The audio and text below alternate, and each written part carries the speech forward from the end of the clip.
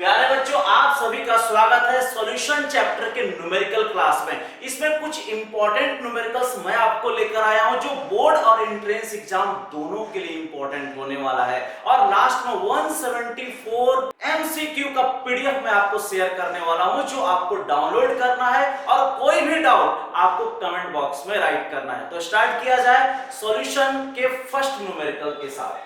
तो देखो बच्चों, फर्स्ट न्यूमेरिकल मेरे पास क्या है, यहाँ पे क्या बोला जा रहा है, which solution will have the highest boiling point, यानी किसकी बात कर रहा है, बॉइलिंग पॉइंट डेल्टा टीवी की बात कर रहा है। तो आप एलिवेशन इन बॉइलिंग पॉइंट का फॉर्मूला जानते हो, क्या होता है, डेल्टा टीवी इक्वल टू क्या, आई इंटू केवी इंटू एम। अब आप सोच रहे हो सर ये आई कहां से आया, मैंने आपको लास्ट में कीवर्ड बताया था, मोस्ट इंपॉर्टेंट, कि कोई भी फॉर्मूला हो सॉल्यूशन चैप्टर में आप किससे मल्टीप्लाई करें, आई से। क्यों, क्योंकि आई की वैल्यू या तो 1 होगा या 1 से क्या होगा, ज्यादा होगा या कम होगा। याद कीजिए, कुछ याद आ रहा है। और आई निकालने के लिए फॉर्मूला मैंने आपको शेयर किया था, आई इक्वल टू क्या होता है, 1 plus n minus 1 into alpha, dissociation.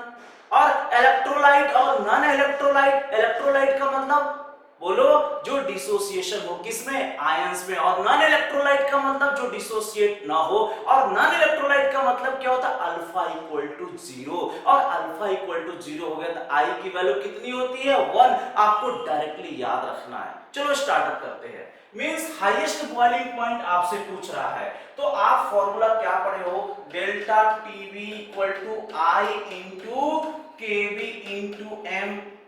अब देखो यहाँ पे सारे मोलर कितने हैं, 1 है। इसका मतलब ये दोनों पार्ट क्या है, कांस्टेंट है। अगर ये दोनों पार्ट कांस्टेंट है, इसका मतलब डेल्टा टीवी यानी हाईएस्ट किस बात पर डिपेंड करता है, आई पर। जिसकी आई की वैल्यू ज्यादा होगा उसकी बॉइलिंग पॉइंट क्या होगा, ज्यादा होगा। इतनी बात तो समझ आ गई, बोलो हाँ या ना। यानी आई की वैल्यू ज्यादा तो डेल्टा टीवी की भी वैल्यू क्या होगा, ज्यादा होगा। अब फर्स्ट ऑप्शन देखो, यहाँ पे क्या बोला जा रहा है, ग्लूकोज। और ग्लूकोज के बारे में आप क्या जानते हो, ये कैसा होता है, नॉन इलेक्ट्रोलाइट। क्या होता है बेटा, नॉन इलेक्ट्रोलाइट। और नॉन इलेक्ट्रोलाइट का मतलब अल्फा इक्वल टू 0। और ये फॉर्मूले में वैल्यू को रख दो, आपको जो याद है यही याद है, क्या, अल्फा की वैल्यू जब 0 रखोगे तो आई की वैल्यू कितना मिल जाता है, 1। यानी हमेशा आपको डायरेक्ट याद रखना है, अगर नॉन इलेक्ट्रोलाइट है तो आई की वैल्यू कितना होगा, 1 होगा।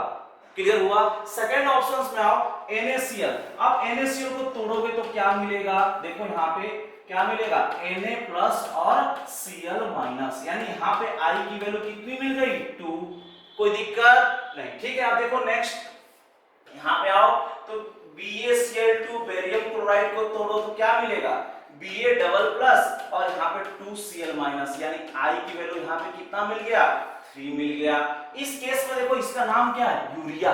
इसका नाम क्या है बच्चों, यूरिया, NH2CO NH2 यूरिया। और यूरिया क्या होता है, नॉन इलेक्ट्रोलाइट। और नॉन इलेक्ट्रोलाइट है तो आई की वैल्यू कितनी होगी, 1 होगा। इसका मतलब इसकी वैल्यू कितना है, आई इक्वल टू 1 है। तो देखो आई का सबसे ज्यादा वैल्यू कहां मिल रहा है, थर्ड ऑप्शन में। यानी आई की वैल्यू ज्यादा तो डेल्टा टीवी की भी वैल्यू क्या होगा, ज्यादा। क्योंकि मुझसे क्वेश्चन में क्या पूछा है, हाईएस्ट पूछा गया है। ये बात समझ में आ रही है, क्योंकि यहाँ पे केवी कांस्टेंट होता है, यू नो, वैल्यू भी आप जानते हो 0.52। एम क्या है, मोलारिटी। बात समझ में आ रही है, क्योंकि सब में क्या है, 1 मोलर कॉन्सेंट्रेशन दिया हुआ है। अब ध्यान से देखो, ये ऑप्शंस क्या हुआ, सी। अगर यही क्वेश्चंस में अगर मोलरिटी की वैल्यू चेंज होता तो आपको m का भी वैल्यू निकालना पड़ता, फिर ऑप्शंस कुछ और हो जाता। बात समझ में आ रही है। यानी एक क्वेश्चन से बहुत सारे अपने दिमाग में फिट करना, बहुत सारे कॉन्सेप्ट को फिट करना है। ये क्लियर हुआ। सिंपल, डेल्टा टीवी क्या होता है, आई इंटू केवी इंटू एम। केवी और एम कांस्टेंट था तो डेल्टा टीवी किस बात पर डिपेंड किया, आई पर डिपेंड किया। और जिसका ज्यादा आई उसकी क्या है, बॉइलिंग पॉइंट ज्यादा। क्लियर हुआ, बोलो ठीक है।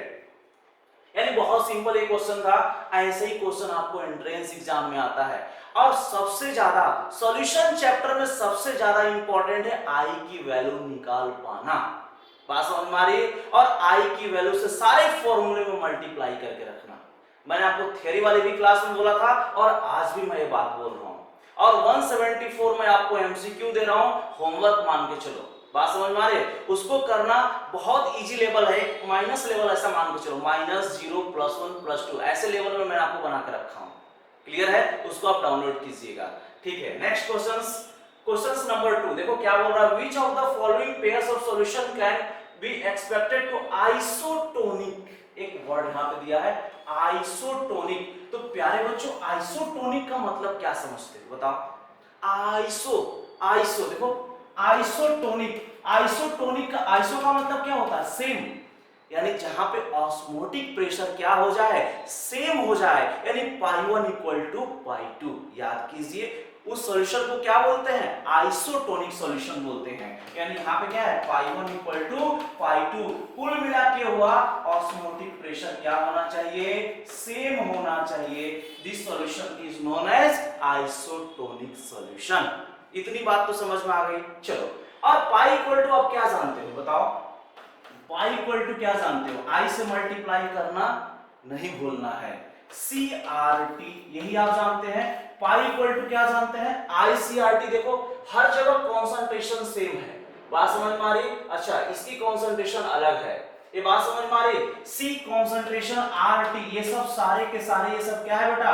बोलो बोलो, कांस्टेंट है। ये सब कैसा है? कांस्टेंट है। बात ध्यान समझना, यानी पाई किस बात पर डिपेंड करेगा? Pi is directly proportional to क्या हो जाएगा? आई हो जाएगा, यानी सबसे ज्यादा आई की वैल्यू होगी।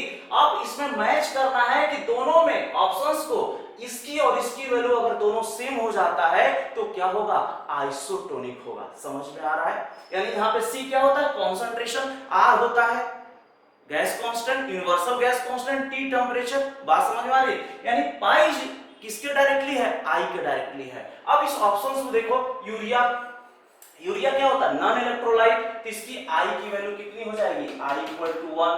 बोलो इसकी आई की वैल्यू कितनी? अभी आपने देखा 2 है। अब इसका यूरिया की वैल्यू कितना है? 1 है। इसके लिए कितना होगा? 3 होगा। आई की वैल्यू कितना होगा? 3 होगा। तो ये क्या है? अनमैच है। क्या आइसोटोनिक है? नहीं, आइसोटोनिक का मतलब होता है दोनों सॉल्यूशन की पाई की वैल्यू कितनी होनी चाहिए? इक्वल होना चाहिए, क्योंकि पाई 1 = पाई 2 और पाई हम किस बात पर डिपेंड कर रहा है? आई पे। दोनों की वैल्यू आई की सेम हो जाए वही सॉल्यूशन क्या होगा? आइसोटोनिक होगा। ये बात समझ में आ गई? ठीक है, देखो इधर NaCl में कितना है? 2 है, और यहाँ पे कितना है? Na2SO4 में कितना? 4 हो जाएगा। देखो ध्यान से मैं निकाल के दिखाता हूँ। चलो इसको देखो, यहाँ पे क्या है प्यारे बच्चों, ध्यान से समझना। अगर जिसको नहीं निकालने आता है, देखो यहाँ पे क्या होगा? 2Na+, यहाँ टूटेगा 2Na+, ये टूट गया आयंस में, और ये किसमें टूटेगा? SO4 2-, दोनों पे इक्वल चार्ज होना चाहिए। देखो समझ में आया? यहाँ पे कितना? 2 और ये कितना हो? 1, यानी आई की वैल्यू कितना हो? 3। ये बात समझ में आ रही है? अब इसके लिए देखो, अब इसके लिए तोड़ो कैल्शियम नाइट्रेट। जब इसको आप तोड़ोगे तो यहाँ पे क्या मिलेगा? Ca++ और यहाँ 2NO3-, यानी इसके लिए भी कितना हुआ? आई की वैल्यू कितना हुआ? 3। अगर दोनों की वैल्यू आई की सेम है तभी वो क्या है? Isotonic solution. यानी ऑप्शंस क्या चला गया? D option solve. समझ में आ गया? तो बहुत आसान है। आई बहुत जरूरी है सॉल्यूशन वाले चैप्टर में मल्टीप्लाई करना और निकालने आना, इसी से क्वेश्चंस गलत हो जाते हैं। बात समझ में आ गई? चलिए ठीक है, क्वेश्चन नंबर 3। अब ये क्वेश्चन में क्या बोल रहा है? When 1 mole of solute is dissolved in 1 kg, देखो यहाँ पे 1 kg ऑफ H2O, कितने mole? 1 mole. Boiling point of solution was found to be, ये देखो बॉइलिंग पॉइंट आपको दिया है, Kb4H2O आपसे क्या है? पूछ लिया है। तो सबसे पहले क्वेश्चंस को सॉल्व करना है तो गिवन डेटा को अपने दिमाग में फिट किया करो, यानी सिंपल इसको गिवन डेटा लिखो। तो गिवन डेटा में आपको क्या क्या दिया है? देखो ध्यान से, गिवन डेटा में आपको क्या क्या? 1 मोल बोल रहा है। बात समझ में आ रही? कितने मास में? 1 kg मास में बोल रहा है। बात समझ में आ रही? तो फॉर्मूला सिंपल से हमको क्या लगाना है यहाँ पे? अगर हम बात करें मोल कितना दिया हुआ है, मोल पहले मोल लिख लो, 1 दिया हुआ है। इसकी मास ऑफ सॉल्वेंट कितना दिया है? 1 kg दिया हुआ है। और क्या दिया है?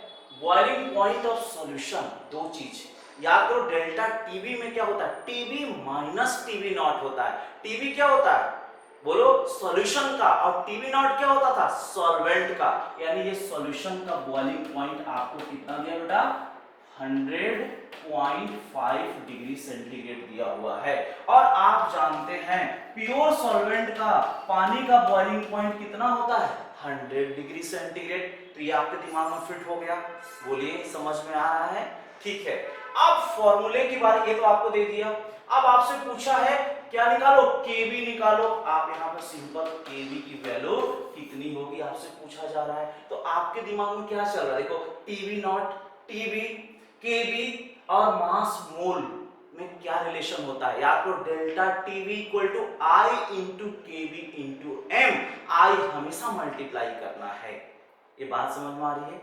और डेल्टा टीवी यानी सिंपल फॉर्मूला क्या लगेगा, delta TV equal to I into KV into M. अब डेल्टा टीवी को क्या लिखोगे, बोलो TV minus TV dot equal to I into KV into M. और स्मॉल एम क्या होता है, मोलालिटी। और मोलालिटी क्या होता है, क्लास 11th में पढ़े हो, मोल बाई केजी। चलो फॉर्मूला टाइप को बना देता हूं मैं आपके लिए, Tb minus Tb naught i into Kb, और क्या है मोल, और क्या मास को किस में लेना है, केजी में लेना है। तो सिंपल इसमें आप वैल्यू को रखो, टीवी की वैल्यू कितना है 100.5, टीवी नॉट 100, आई की वैल्यू कितनी है, सिंपल आई की वैल्यू यहाँ पे क्या है 1, आई की वैल्यू कितनी है बच्चों 1, यानी 1। केवी हमसे पूछा गया है, बात समझ में आ रही, कितने मोल, कहां गया ये 1 मोल, मास कितना है 1, यानी सिंपल यहां से आप क्या निकाल देंगे, केवी निकाल देंगे। तो केवी कितना आ गया, देखो सिंपल यहां से 0.5 और इस सारी वैल्यू क्या है 1, तो आंसर कितना हुआ, बोलो बच्चों 0.5। आंसर कितना हो गया 0.5। देखो कौन सा ऑप्शन मैच कर रहा है, ऑप्शन ए मैच कर रहा है, समझ में आ रहा है। तो सिंपल आपको फॉर्मूले का कॉन्सेप्ट पता होना चाहिए, और ये पता कैसे चलेगा, जब गिवन डेटा आप लिखोगे। तो सबसे पहले आप गिवन डेटा लिखा करो, क्या क्या दिया है, अच्छा टीवी नॉट, अच्छा टीवी नॉट दिया तो डेल्टा टीवी दिया, और केवी पूछा है तो सिंपल सी बात है वही फॉर्मूला लगाना है, delta TV equal to I into KV into i का मल्टीप्लाई करना ना भूलें। कुछ नहीं समझ में आया तो 1 है, बाकी समझ में आया तो आप निकाल के रखो, बात समझ में आ रही, लेकिन आई का मल्टीप्लाई जरूर करें, क्लियर, ठीक है। चलो next question number 4। Question number 4 में क्या बोल रहा है, which of the following aqueous solution has osmotic pressure nearest to an equimolar, एक वर्ड यहां पे दिखा इक्विमोलर सॉल्यूशन, किसके इक्विमोलर सॉल्यूशन, इसके बराबर आपसे पूछा जा रहा है। इक्यू का मतलब सेम, यानी जिसका सेम मोलर हो, किसके इक्वल, K4Fe6। तो क्या इसमें और कुछ वैल्यू दिया है, नहीं दिया है, तो कुछ वैल्यू नहीं दिया, इसका मतलब I से कंपैरिजन करें, इक्विमोलर का मतलब समझते हो सेम, सेम होना चाहिए। अब देखो K4Fe6 को अगर लिखोगे, K4 बहुत ध्यान समझना, Fe6।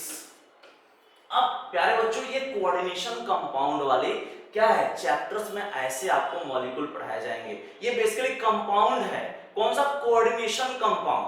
अब इसमें दो पार्ट होते हैं, इसको कॉम्प्लेक्स आयन बोलते हैं और इसको काउंटर आयन बोलते हैं, ये हमेशा एक साथ रहता है। अगर स्क्वायर ब्रैकेट्स में, बहुत ध्यान समझना, ये मैं आपको कोऑर्डिनेशन कंपाउंड वाले चैप्टर में बात बताऊंगा, लेकिन यहाँ क्वेश्चंस आ गया तो मैं आपको सिखा रहा हूं। अगर कोई स्क्वायर ब्रैकेट्स में है तो कभी भी ब्रेक नहीं होगा, वो हमेशा एक साथ होगा।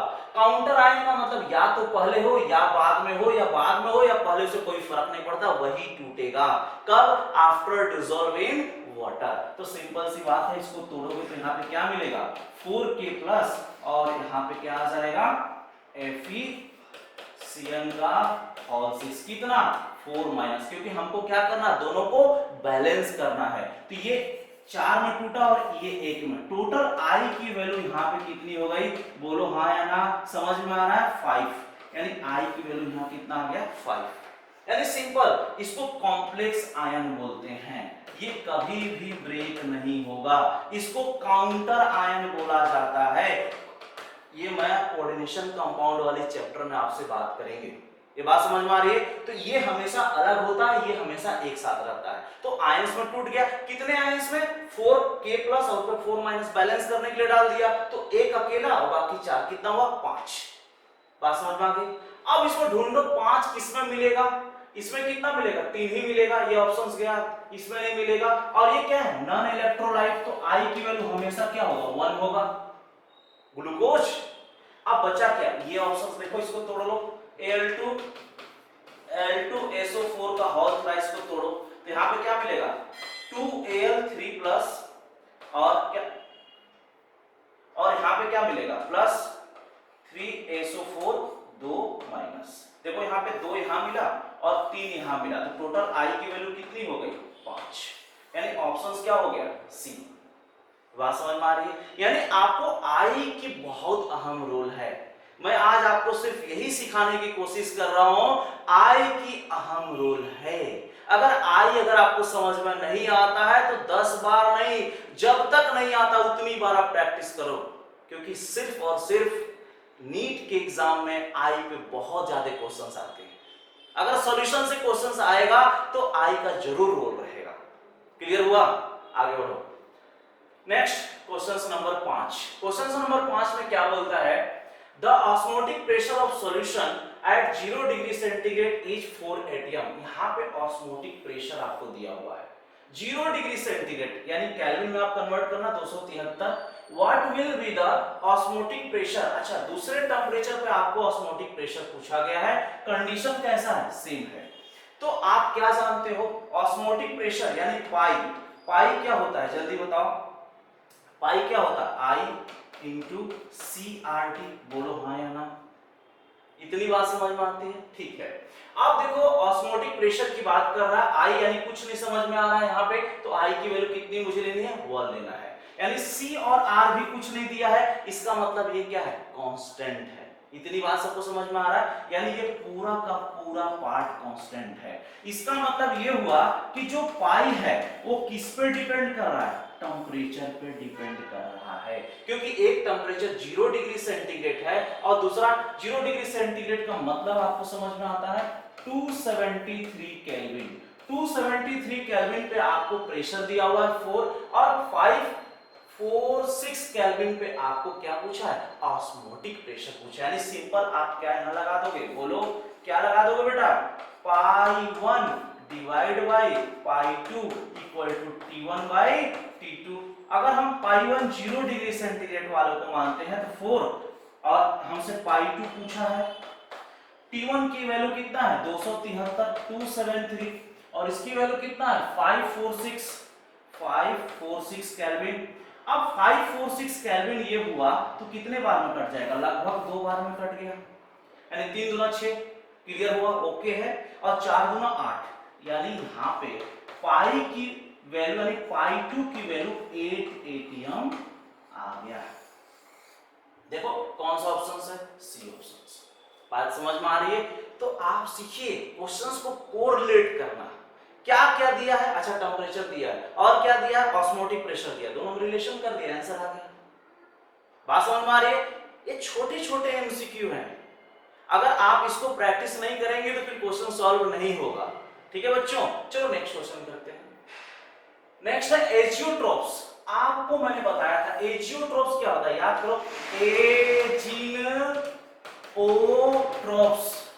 याद आया कुछ थ्योरी क्लास में, एजिनोट्रोप्स क्या होता था, कांस्टेंट बॉइलिंग मिक्सचर, बोलो, यानी सिंपल आप पढ़ो, liquid mixture which distill unchanged in composition, liquid which can mix with each other in all proportions, solid which form solid solution of definite composition, gases which can be separated। तो आपके दिमाग में ये क्या चल रहा है, क्या ऑप्शंस होगा, कांस्टेंट बॉइलिंग मिक्सचर यानी ऑप्शंस ए, यानी क्या होता है अनचेंज कंपोजिशन, अनचेंज यानी कांस्टेंट बॉइलिंग मिक्सचर।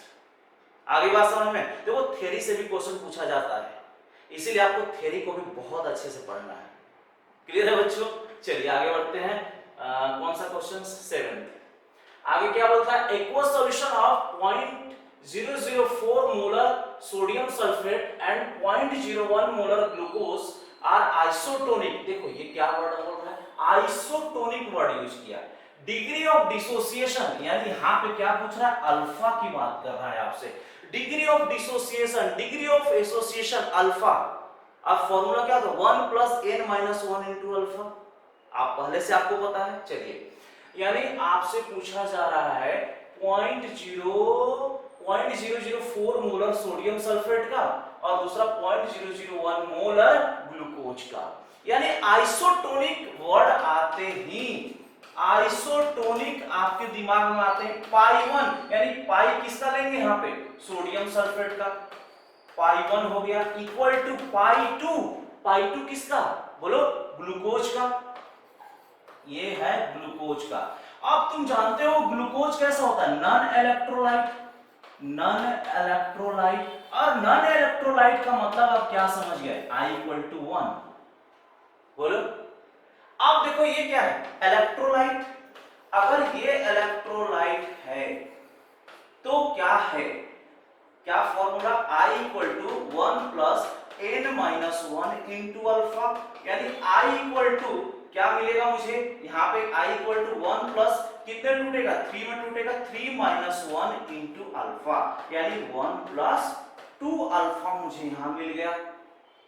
ये बात समझ में आ रही, क्यों, क्योंकि ये इलेक्ट्रोलाइट है और वो कैसा है, नॉन इलेक्ट्रोलाइट है, क्योंकि मैं आपको ऑलरेडी बता रखा हूं कि हमेशा और हमेशा I से मल्टीप्लाई करना है, I को छोड़ना नहीं है। तो चलो इसके लिए हम क्या बनाएंगे, यहाँ पे क्या पढ़ रहे हो, पाई इक्वल टू का CRT, यहाँ पे क्या कॉन्सेंट्रेशन आपको दिया है 0.00 और क्या है, सेम टेम्परेचर है, डिग्री ऑफ डिसोसिएशन, ठीक है। यानी कहने का मतलब यहाँ पे सिंपल सी बात है, चलो पहले लिख लेता हूँ, ठीक है बच्चों, देखो ध्यान से, यहाँ पे I इंटू C1RT कॉन्सेंट्रेशन इसका अलग दिया है। अब यहाँ पे मान लो ग्लूकोज के लिए क्या मान लो, I इंटू C2RT, अब RT दोनों तरफ क्या है, कांस्टेंट है, कैंसल आउट हो गया, बोलिए समझ में आ रहा है, ठीक है।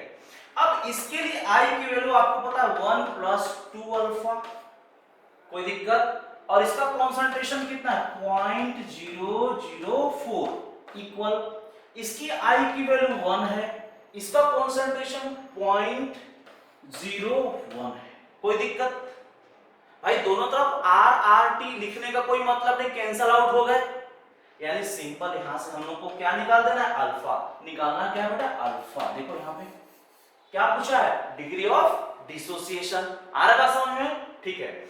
अब देखो 1 प्लस 2 अल्फा उधर ले जाओ 0.01 डिवाइड बाय 0.004, तो कितना 25 चौका 100 यानी 2.5 आ गया, 2.5 आ गया, आ रहा समझ में, ये हमने इसको क्या कर दिया, कट कर दिया, क्लियर है। अब देखो यहाँ पे 1 प्लस 2 अल्फा इक्वल टू 2.5, यानी अगर मैं बोलूं 2 अल्फा इक्वल टू, आप देखो प्यारे बच्चों, एक को उधर ले जाओगे तो 2.5 में से एक घट गया 1.5, यानी 2 अल्फा की वैल्यू 1.5 आ गया, तो अल्फा की वैल्यू कितना आ गया 0.75, कितना आ गया भाई, 2 से डिवाइड करो, 75 दूना 150 होता है, तो 0.75 आ गया। यानी अगर परसेंटेज के बारे में बात करोगे तो अल्फा कितना परसेंट निकल गया, 75%। कहां है ऑप्शंस, ये देखो सी ऑप्शंस, आया समझ में। तो डिग्री ऑफ डिसोसिएशन अल्फा आई में रिलेशन आपको पहले से पता था, दोनों आइसोटोनिक का मतलब LHS और RHS दोनों को इक्वल कर दो, जो कटे से काट दो, बाकी बचे से आंसर, ठीक है। चलो आगे बढ़ते हैं, क्वेश्चन नंबर 8, देखो क्या बोल रहा है, Henry's law, solubility of nitrogen gas in water 298 kelvin, यानी टेंपरेचर आपको दिया हुआ है, कितना दिया हुआ, हेनरीज कांस्टेंट की वैल्यू आपको, सबसे पहले तो गिवन डेटा लिखो यार, इसमें क्या क्या दिया हुआ है। गिवन डेटा KH आपको पता है कितना है, 1 × 10⁵। आगे टेंपरेचर, ऐसा रोल नहीं होगा लेकिन लिख लो, आगे बढ़ो। मोल फ्रैक्शन ऑफ नाइट्रोजन कितना दिया है, यानी X नाइट्रोजन की वैल्यू 0.8 दिया हुआ है। Number of moles of nitrogen from air dissolve in 10 moles of water, यानी कितना, बहुत important, the number of moles ये आपसे पूछा नंबर ऑफ मोल्स यानी स्मॉल एन, क्या मान ले बेटो small n, number of moles यानी मोल कॉन्सेप्ट से कोरिलेट किया कौन सा हेनरीज कांस्टेंट। अब हेनरीज कांस्टेंट आगे बहुत समझ में आएगा, बहुत कुछ आएगा। कितने बार डिसॉल्व किया जा रहा है, 10 बार डिसॉल्व किया जा रहा है, ये बहुत इंपॉर्टेंट लाइन है। नंबर ऑफ मोल्स को 10 बार डिसॉल्व किया जा रहा है, वर्ड पे ध्यान देना। आगे क्या बोलता है, of water 298 kelvin and 5 ATM pressure, यानी टोटल प्रेशर कितना दिया है 5 एटीएम आपको प्रेशर दिया हुआ है, यानी कहने का मतलब यहाँ पे पीटी दिया हुआ है 5 एटीएम हमने यहाँ पे लिख दिया। चलो बहुत इंपॉर्टेंट था समझना। अब अब वर्ड पे ध्यान दो, आप क्या पढ़कर आए हो, पार्शियल प्रेशर क्या होता है, पहले हेनरीज लॉ बताओ, हेनरीज लॉ क्या होता है, partial pressure equal Henrys constant into mole fraction, क्या आपने यही पढ़ा है। और पार्शियल प्रेशर, और मैंने आपको हेनरीज लॉ के लिए ट्रिक बताया, कोका कोला पियो हेनरीज लॉ पढ़ लो, तो फिर से आप एक बार थ्योरी को अच्छे से एनालिसिस करना। तो पार्शियल प्रेशर आप क्लास 11 थर्मोडायनेमिक्स में पढ़ा होगा, पार्शियल प्रेशर कैसे निकालते थे, total pressure into mole fraction. तो पहले तो हम लोग पार्शियल प्रेशर निकाल दे, पार्शियल, हाँ पार्शियल यहां लिखना है, ठीक है।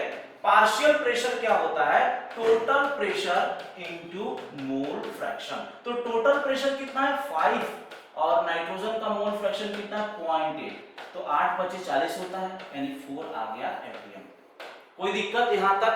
अब हम अप्लाई करेंगे कौन सा, हेनरीज लॉ, ठीक है, अप्लाई हेनरीज लॉ। अब हेनरीज लॉ क्या बोलता है, यानी partial pressure equal to KH into mole fraction. बोलो प्यारे बच्चों, समझ में आ रहा है, ठीक है, तो आप समझदार हैं। अब मोल फ्रैक्शन को स्मॉल एन मोल कितने बार डिसॉल्व किया गया, पढ़ो उसको, कितने बार, भाई इसको हम निकालना है बेटा, देखो इसको निकालना चाह रहे हैं तो उसको यहां रख दे, कितने बार 10 बार, यानी 10 टाइम डिसॉल्व किया जा रहा है। अब उसको लाएंगे, वहां है तो ये नीचे डिवाइड हो, पार्शियल प्रेशर कितना है 4 डिवाइड बाय KH की वैल्यू कितना दिया हुआ है, कहां गया KH ये दिया हुआ है, यानी 1 × 10⁵ ये बात समझ में आ गया। यानी मोल फ्रैक्शन को धरी रखो, यहां पे रख दिया, कितना मोल का 10 बार 10 टाइम्स डिसॉल्व हो रहा है, यानी n/10। पार्शियल प्रेशर आप पहले से निकाले हो 4, KH की वैल्यू आपको दिया है, डिवाइड कर दिया, सिंपल। अब इसमें बचा क्या, सिंपल सॉल्व करना है। तो n की वैल्यू देखो, इन दोनों को आप ऐसा करो, आप ऐसा भी कर सकते हो, इन दोनों को मल्टीप्लाई करो 40 और यहाँ पे क्या हो जाएगा 10⁵, यानी 0 में कर लो तो 4 इंटू कितना हो जाएगा 4 इंटू, यानी सिंपल सी बात है, यहाँ पे आंसर कितना आ गया 4 × 10⁻⁻4 के फॉर्म में आ गया। अब देखो कौन सा ऑप्शन है, ये देखो ऑप्शन ए, यानी सिंपल आप इसको ऐसे कर लो, फिर ऊपर ले जाओगे तो यहाँ पे अगर 10⁻4 हो, ऊपर जाएगा तो 10⁻⁻4 हो गया, 4 तो पहले से ही था। या तो बायो स्टूडेंट हो तो इन दोनों को पहले मल्टीप्लाई करो, फिर इसे डिवाइड करो, बात वही है। बात समझ में आ रहा है, तो आंसर क्या हो 4 × 10⁻⁻4, ऑप्शंस कौन था ए। आई बात समझ में। तो आपको थ्योरी का जो की कॉन्सेप्ट है उसको आपको दिमाग में फिट रखना पड़ेगा, ठीक है बच्चों, आगे बढ़े, आ जाओ। क्या बोलता है 13.44 gram of CuCl2 is dissolved in 1 kg of water, यानी मास दिया हुआ है आपको, सॉल्वेंट का भी मास दिया हुआ है। Determine the elevation in boiling point of the solution, Kb की वैल्यू आपको दिया हुआ है, मॉलिक्यूलर वेट दिया हुआ है, तो बहुत आसान है, ठीक है। यानी हमसे पूछा क्या है, determine the elevation in boiling point, यानी एलिवेशन इन बॉइलिंग पॉइंट, तुरंत आपके दिमाग में क्या चलनेगा, delta TV equal to I into KV into m. Question number 9 समझ में आया कि नहीं है, बताओ। सबका मास दिया हुआ है, केवी की वैल्यू दिया हुआ है, बोलो बच्चों समझ में आया। यानी अब बात है CuCl, पहले तो क्या I निकालेंगे, बिल्कुल। यानी आपने क्या पढ़ा, delta TV equal to I into KV into M, कोई दिक्कत? अब देखो आई निकालने के लिए CuCl2 को तोड़ो, तो ये तो आपको डायरेक्ट पता होना चाहिए भाई, Cu double plus 2Cl minus, यानी आई की वैल्यू कितना हो गया यहाँ पे बताओ? आई की वैल्यू कितना हुआ 3, यहाँ पे देखो 1 और 2 कितना हुआ 3, आई की वैल्यू कितना हुआ प्यारे बच्चों 3 हो गया, कोई दिक्कत? अब सिंपल यहाँ पे रख दो, 3 आ गया यहाँ पे, केवी कितना है 0.5, molality mole by KG, mole by KG, आगे बढ़ो 3 इंटू 0.5, ठीक है, इंटू, अब मोल क्या होता है वेट अपॉन मॉलिक्यूलर सॉल्वेंट, तो आपको पता है केजी कितना है 1 केजी है तो 1 रख देंगे। अब मोल क्या होता है वाई मैप, कुछ नहीं समझ में आया, वाई मैप क्लास 9th के भी फोल्डर में अवेलेबल है, 11th वालों को तो मैंने पढ़ा ही रखा है, बात समझ में आ रही है? वाई मैप यानी मोल क्या होता है weight upon molecular mass, weight कितना है देखो यहाँ, ये मास आपको दिया हुआ है 13.44, यानी 13.44 डिवाइड बाय 1000 केजी है ना बेटा, और मॉलिक्यूलर मास 134.4, इसको भी डिवाइड करो 1000 से, तो ये 1000 चला गया कितना 0.1 लगभग, यानी सिंपल सी बात है इसका आंसर 3.5.1, यानी 5 3 15, बोलो हाँ या ना, समझ में आ रहा है? 5 3 15 और 0.1 लगभग कितना जाएगा 0.16 केल्विन। अब इसके नियर अबाउट ये देखो ए ऑप्शंस 0.16, 5 3 15 0.1 और है 0.16 केल्विन, बात समझ में आ रहा? बोलो हाँ या ना, समझ में आ रहा है? कोई दिक्कत? बहुत आसान सा क्वेश्चन था। मोलरिटी क्या होता है, मोल क्या होता है, मोल क्या होता है वेट अपॉन मॉलिक्यूलर मास, सिंपल लगा दिया, काटकुट किया है, सॉल्यूशन करना है यार। मेन रोल किसका है आई का, आई नहीं गलत, आई ही नहीं मल्टी, अगर मान लो 3 नहीं किए होते तो ऑप्शंस कौन चला जाता, देखो 0.5 आप इस पर टिक करके आते, इसीलिए आई का मल्टीप्लिकेशन करना बहुत जरूरी है। चलिए क्वेश्चन नंबर 10, अब देखो ये बड़ा इंपॉर्टेंट क्वेश्चन लग रहा है मुझे, क्या क्या पूछा है, PtCl4.6H2 can exist as a hydrated complex form है, जो अभी थोड़ी देर पहले आप लोग एक्सप्लेन किए थे, 1 molar aqueous solution, depression in freezing point इतना दिया हुआ है, assume 100% ionisation and KF water का आपको दिया हुआ है। अगर 100% आयोनाइजेशन है इसका मतलब आप क्या समझते हैं, आपके दिमाग में क्या है? 100% आयोनाइजेशन का मतलब होता है alpha equal to 1, alpha equal to 100% ionisation है, मींस स्ट्रॉन्ग इलेक्ट्रोलाइट है। समझ में आया प्यारे बच्चों? अब देखो अल्फा आपको मिल गया, क्या पूछ रहा है, can exist hydrated complex 1 molar equals solution, depression in freezing point इतना एज्यूम इतना है ना, ठीक है। देन कॉम्प्लेक्स, अब आपसे पूछा जा रहा है वो कॉम्प्लेक्स क्या है। अब इस टाइप की प्रॉब्लम जेईई मेंस में बहुत आते हैं, एम्स में भी आया हुआ है क्वेश्चंस। अब इस टाइप के क्वेश्चन को सॉल्व कैसे करोगे, ये क्वेश्चन कहां का है, कोऑर्डिनेशन कंपाउंड वाले चैप्टर का है। तो सिंपल इसमें हम क्या करते हैं, आई की वैल्यू निकालते हैं। अगर आई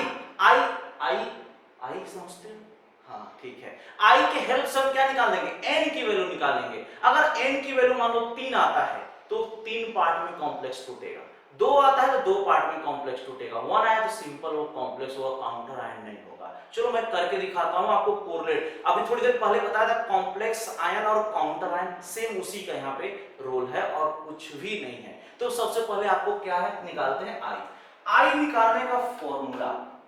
अगर आप आई निकालोगे तो ऑब्जर्व कितना दिया है 3.72, यहाँ पे देखो ऑब्जर्व दिया है, freezing point, depression in freezing point.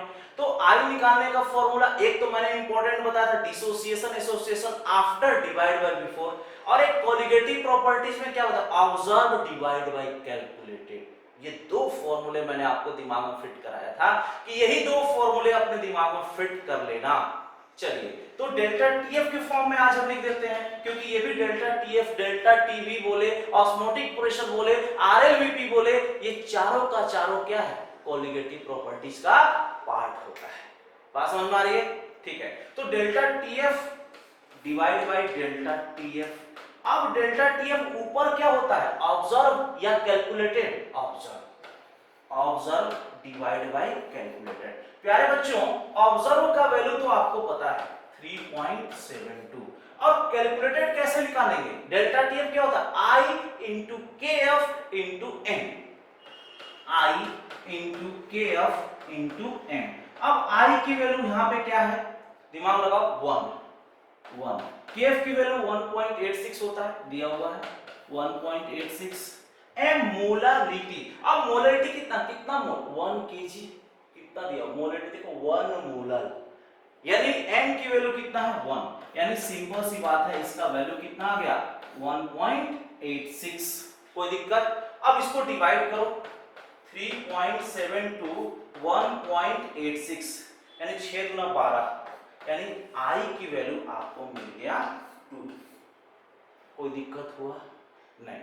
अब i की वैल्यू 2 मिल गया तो फॉर्मूला क्या पढ़े हैं? i equal to 1 plus n minus 1 into alpha. Now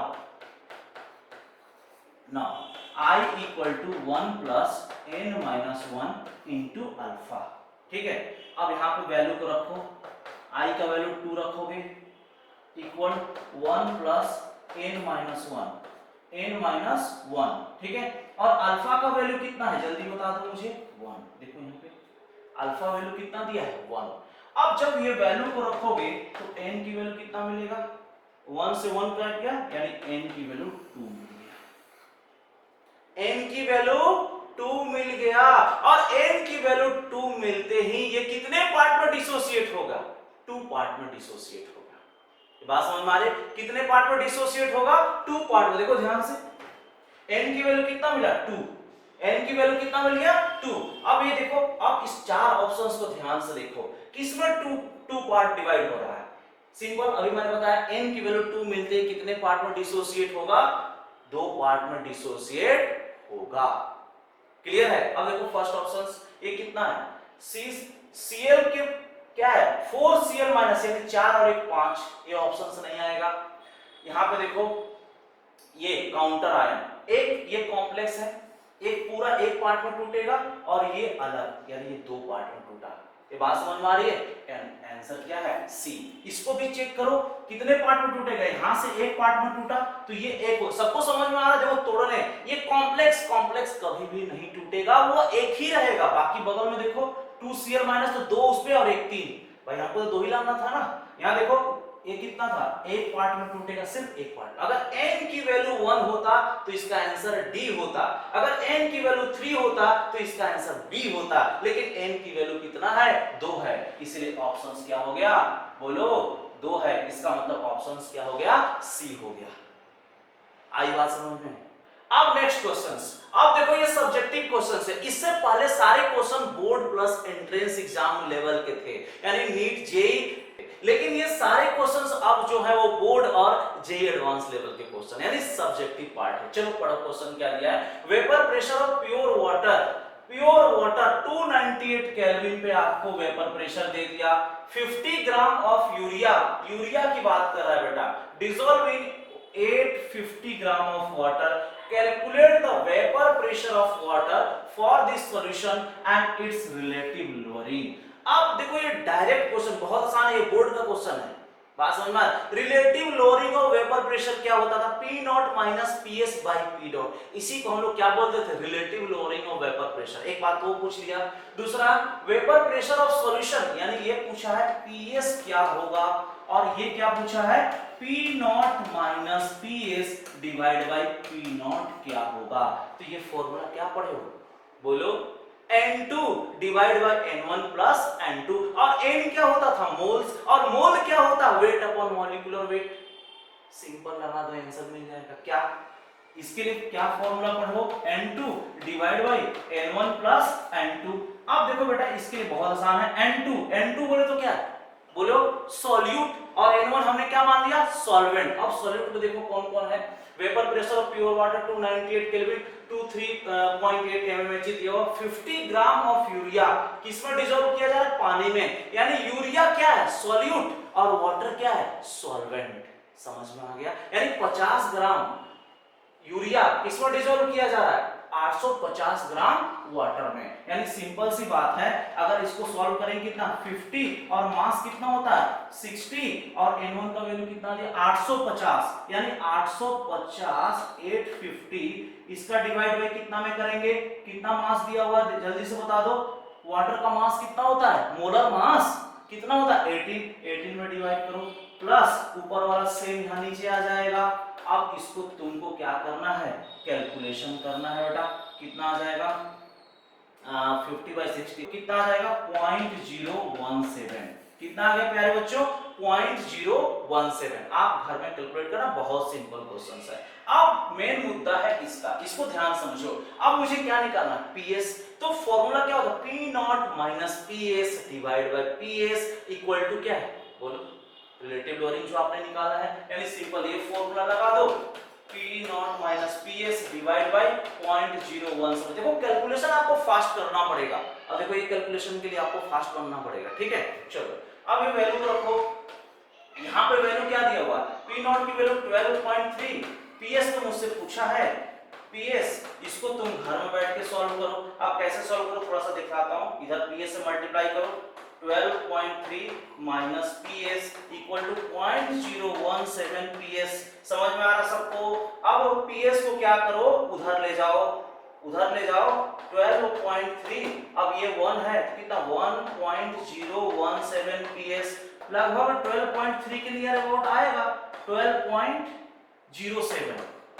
ये क्या आ गया इतना। समझ में आ रहा, बहुत आसान क्वेश्चन था। नेक्स्ट क्वेश्चन की बारी है, नेक्स्ट क्वेश्चंस की बारी है। अच्छा ये है the vapour pressure of water is 12.3 kilo pascal and 300 kelvin.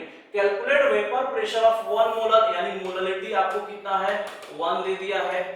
चलो solution of non volatile solute, ये बहुत इंपॉर्टेंट है, ये जेईई का क्वेश्चन है। अब मैंने आपको एक ट्रिक पढ़ाया था, याद करो कि जब हम मोलरिटी दिया हो, जब क्वेश्चन में मोलरिटी गिवन हो और रिलेटिव लोअरिंग हो, वेपर प्रेशर की बात हो, तो क्या पढ़ा molarity into molar mass of solvent divide by 1000। क्या याद है, बस यही इसमें लगा देना है।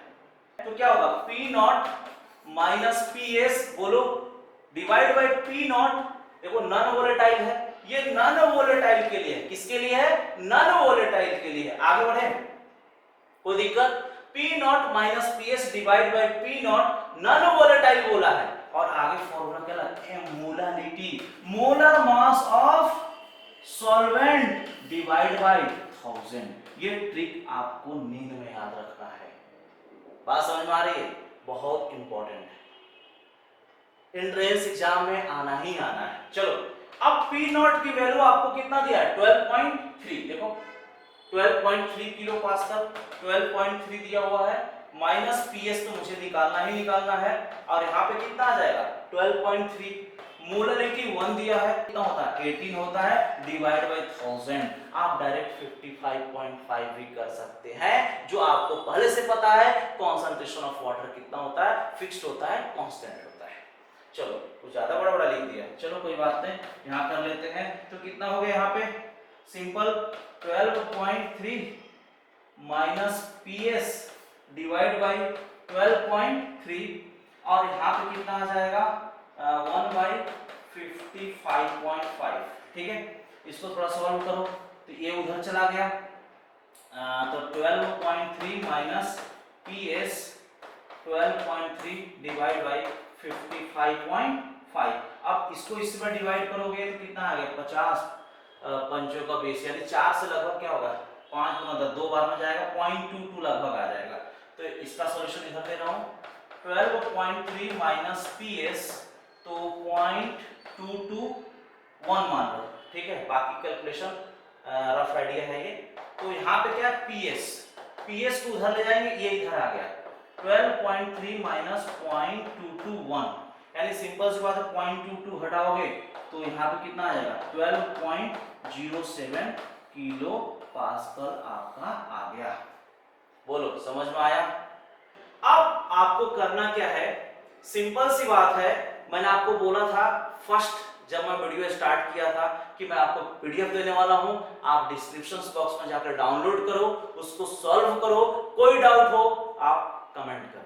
ठीक है प्यारे बच्चों, तो फिर मिलते हैं नेक्स्ट वीडियो में। Okay, bye bye, take care.